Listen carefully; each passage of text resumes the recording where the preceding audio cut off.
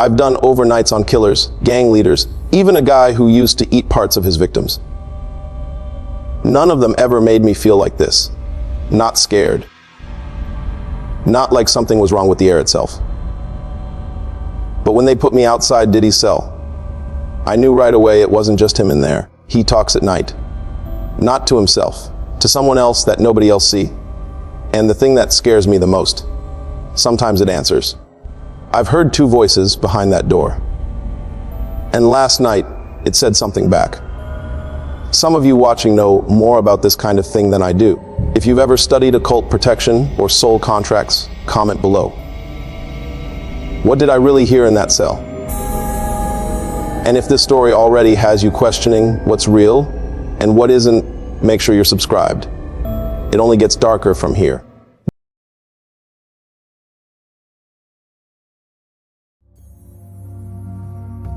They didn't explain anything. Just told me where to go, handed me a clipboard, and said, "That one's yours tonight."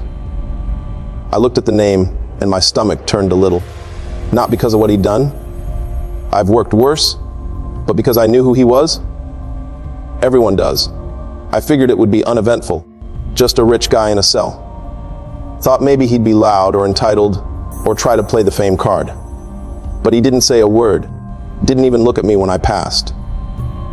Just sat on the edge of his bed, staring at the floor, elbows on his knees like he was waiting for someone to arrive. No, not someone. That's not how it felt. It felt like he was waiting for something.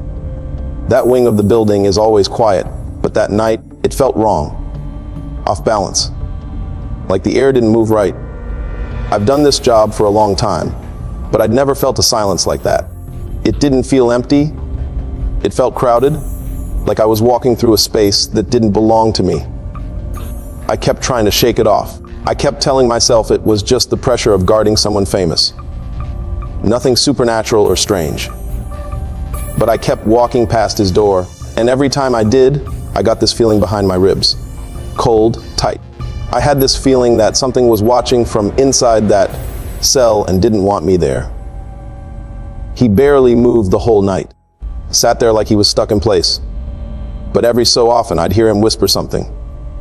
Real quiet, almost like breath. Sometimes just a word, sometimes a name. I know I heard Kim. I know I did. Other times it wasn't English, or maybe it was, but stretched out into something else. And once or twice, I swear to God, it wasn't just him speaking. There was something underneath it. A second voice, low and steady, like it came from the floor. Like the cell itself was answering. It made my teeth hurt. That's the part I don't know how to explain. I wasn't scared the way people think about fear. Running, adrenaline, fight or flight. It was different. It was like being told, without words, that I didn't belong here. That I was standing too close to something I wasn't meant to hear. Do you ever get that feeling like the room knows you're there? Not the people, the room. That's what it felt like. I didn't tell anyone. Who would listen? The guy before me transferred out after 3 days. No warning. Didn't even clear his locker. They said he requested a different wing, but his car's still in the lot. No one brings it up. By 4 a.m., Diddy still hadn't moved. Just sitting, staring, whispering like someone was giving him instructions through the floor. Like the night didn't touch him the way it touched the rest of us. And the weirdest part, that whole floor was empty. No other inmates. No other guards posted nearby. Just me. Him. And whatever the hell he's talking to. That's when it clicked. That cell isn't holding him in. It's holding something else in with him. Something he brought in. Or something that's followed him for years and still hasn't let go. I should have asked to be reassigned right then. But I didn't. I wanted to believe I imagined it. That it was nothing. But I'd already felt it. Heard it. And once you hear something like that, you can't just go back to normal. The second night was worse. I came in already uneasy. Told myself I'd keep some distance this time. Stay by the monitors. Do my rounds slower. But when I stepped onto that hallway again, the air felt heavier. Not hot. Not thick. Just wrong. Like something unseen was watching me walk in, like I had already disturbed it just by showing up again. He was in the same spot, sitting on the edge of the bed, same posture, same blank stare. You'd think the man hadn't moved in 24 hours. He didn't look up. Not once, just breathed slow and steady like the night before. I tried to ignore the feeling, focused on my routine, but my eyes kept drifting to the feed from his cell camera. No movement. Not even a shift in posture. Just him sitting there, like he was listening to something I couldn't hear. Then, around 2 a.m, he started whispering again. This time, it wasn't scattered or mumbled. It was a conversation, full pauses between lines, almost like he was waiting for replies. And the way he leaned his head slightly, tilted toward the corner of the cell like something was there with him. That's what did it, because a few minutes later, I heard it too. It wasn't loud, just low enough to catch if you were paying attention. A second voice, but not like him, not human. The sound was oily, like a voice buried underwater. No tone, just pressure. I froze, not because I was scared, but because my body just stopped responding. I couldn't move for a few seconds. That's when I knew I wasn't imagining it. I leaned closer to the monitor, and I swear I saw his lips move and then stop. But the second voice kept going for just a moment longer. It didn't come from his mouth. It came from somewhere behind him. I don't care if you believe me. I know what I heard. I know what I felt. And here's what's worse. Part of me was relieved it spoke. Because for a while, I thought maybe he was going mad. That I was just watching a man lose his mind in silence. But now I think he's not crazy at all. He knows exactly what's in there. He's talking to it because he's been talking to it for years. I stepped away from the monitor, sat down in the hallway, just outside the door. I didn't want to look anymore or hear another word, but the whispering didn't stop. If anything, it got clearer. He started saying names again. Not like before. These weren't soft. These were loud enough that I caught 2 of them, Cassie, and someone named Christopher. After each name, there'd be a pause, then that sound, that second voice, like it was responding, accepting. I don't even want to tell you what I started thinking at that moment. What kind of transaction it sounded like. Like he was listing what he'd given, not asking for forgiveness, just reminding it. That's when it hit me he wasn't begging for freedom. He was afraid of being forgotten, abandoned. Like the thing that's been protecting him his whole life might finally be pulling away. And I guess that's the part I still can't let go of, because I sat there, a full, grown man, trained, armed, stone, cold sober. And I swear for about 15 seconds, I felt something press against the back of my neck. Nothing there. But I felt it, like a breath, a warning. And inside that cell, he smiled for the first time. By the third night, I stopped pretending I didn't hear things. There's a line you cross in this job. The moment you realize you're not just securing a space, you're witnessing something you were never supposed to see. I crossed that line already. Now I was just trying to survive the fallout. It started just past 1 a.m. I remember because I was checking my watch when I heard him say something that made my whole body lock up. She didn't scream. It wasn't a whisper this time. It was clear, cold, like he wasn't confessing, just stating a fact. I turned toward the monitor. He was still in that same posture, but now he was nodding slowly, like he was confirming a story. And then he kept going. Voice soft, but steady, like it was all rehearsed. Cassie begged. The boy, he didn't even know what was happening. Kim just accepted it. He didn't sound broken. He didn't sound proud either. It was worse than both. He sounded transactional, like he was listing deliveries. I felt sick. I actually got up and walked halfway down the hall just to get out of earshot. I didn't want to hear another word. But I couldn't help myself. I came back, and when I did, he was laughing. Not loud, just under his breath like a private joke. Then he went quiet again, his head tilted back slightly, and he said, "I gave them to you. I kept the vow. You said I'd be untouchable." That was the moment I knew this wasn't about madness. It wasn't trauma or regret. It was something older. Something deliberate. A man holding up his end of a deal and starting to feel like he'd been ripped off. And then the air changed again. You think I'm exaggerating, but I'm not. The lights in the hallway flickered. Just once. And the second they came back fully, the camera feed on his cell glitched out. Just for a frame. But I saw it. I know I saw it. There was a shadow behind him. Not a trick of the eye, not a reflection. A shape, tall, still, wrong. It stood behind him like it had always been there. Watching, listening, and maybe deciding. Then it was gone. Camera feed normal, light steady. I wanted to scream and walk off the job right then. But I didn't. I sat down across from that door and told myself I'd see it through the night. And here's the part that's been eating at me since. After all that, I wasn't even scared of him anymore. I was scared of what would happen to him if that thing decided to leave. Because whatever's in that cell with him, it's not there to punish him. It's there to keep him intact, to hold the walls together around whatever he gave up a long time ago. People think he's panicking because of the charges, the media, the lawsuits. But no, that's not what he's afraid of. He's afraid the thing he served for all these years, the thing that made him rich, untouchable, adored, might be done with him. And when it's done with him, he knows exactly what it's going to do next. I didn't sleep after that third night, not even during the day.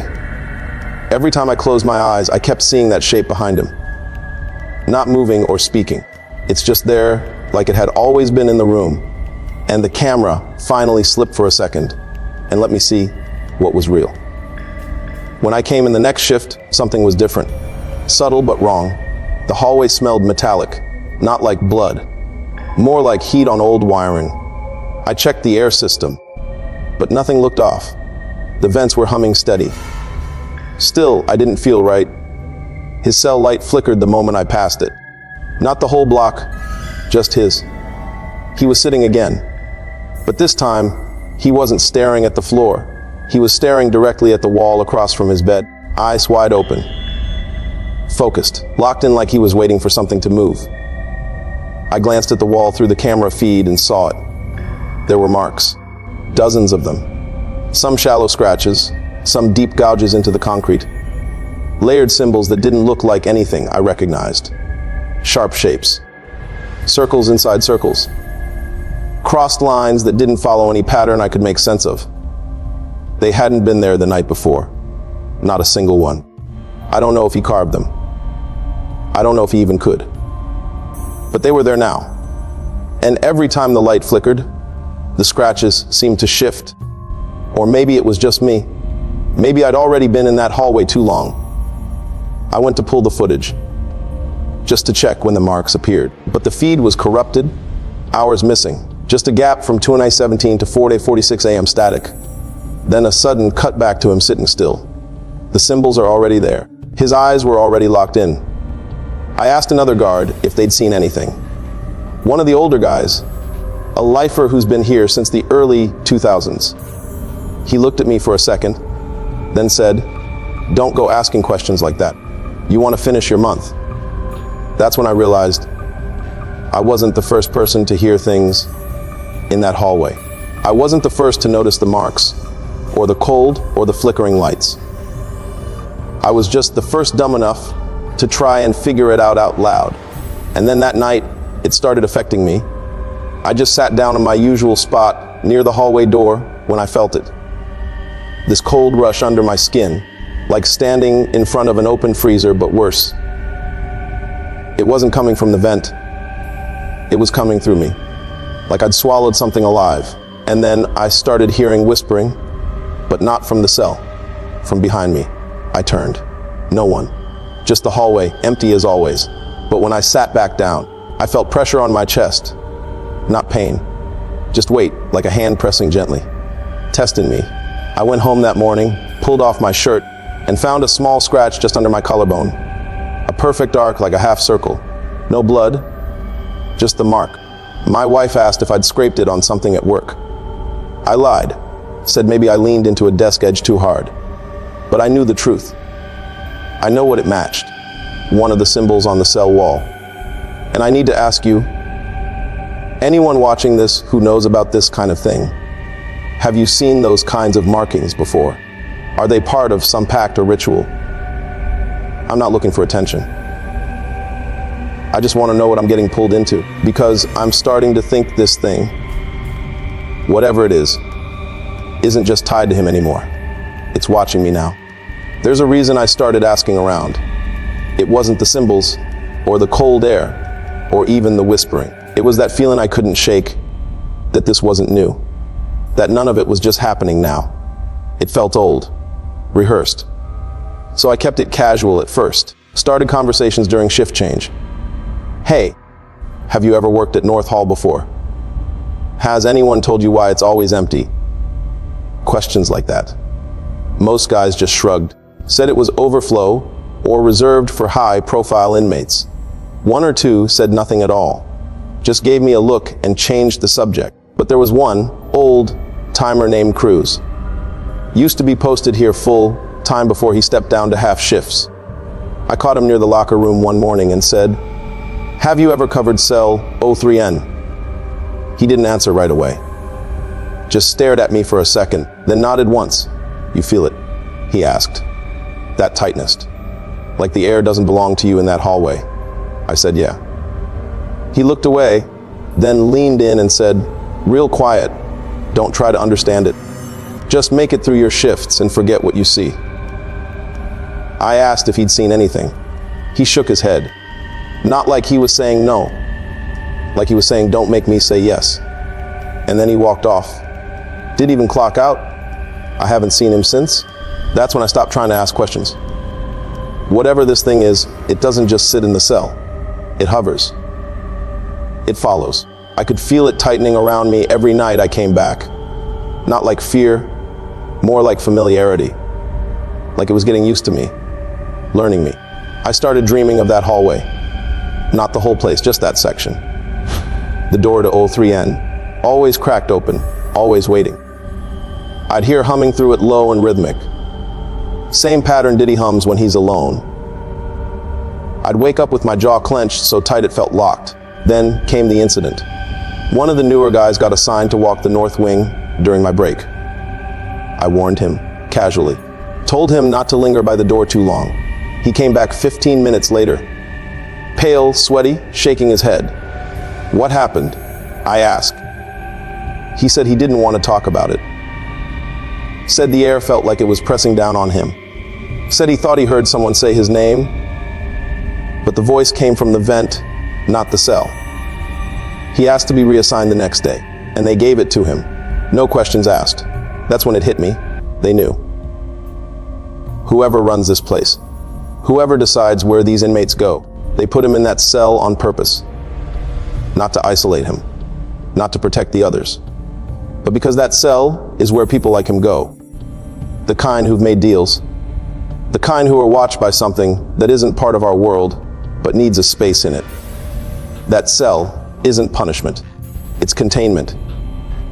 Not for the man, for what's with him. And maybe it's not the first time.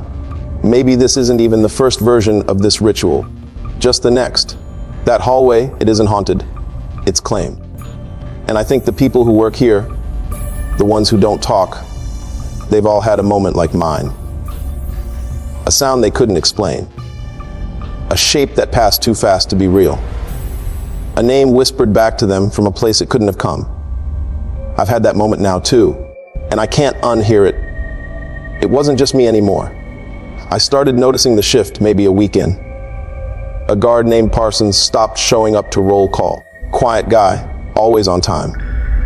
Word went around that he walked out mid-shift, just got up, handed his badge over, and left the building without a word. Someone else said he'd locked himself in the break room. First, just sat there shaking, eyes red like he hadn't blinked in hours. They found scratch marks on his forearms. Nothing deep, just deliberate, like he was trying to wake himself up. The next day, another guy, Roman, young, smart, worked his way up fast, came in looking like hell. He kept rubbing his arms, pacing like something was crawling under his skin. I asked if he was good. He said, "Do you ever hear humming after you leave?" I told him not to say that out loud. He transferred out 2 days later. Administrative leave, they said, but no one talked about it. Everyone just moved on. That's when it started hitting me. The rotation was changing. Fast. Guys who used to cover that wing were dropping out, one by one. No formal write-ups. No transfers filed. Just gone. Like someone upstairs was clearing the field. Like they didn't want anyone around who'd been too close for too long. Except me. I was still there, still getting the same assignment, night after night. North Hall, 03N. At first, I told myself it was a coincidence. Maybe I was the only one who hadn't complained.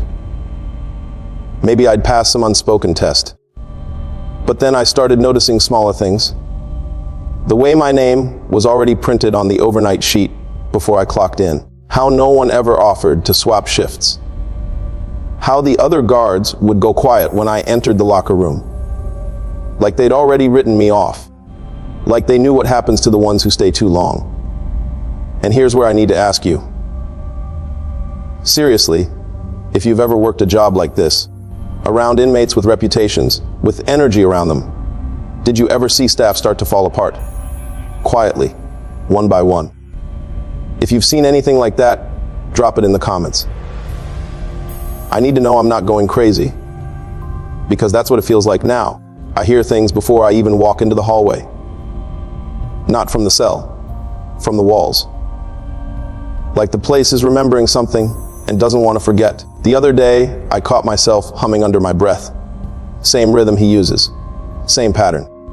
I didn't even realize I was doing it until I passed another officer and she looked at me like I just said something I shouldn't have, and I stopped asking questions.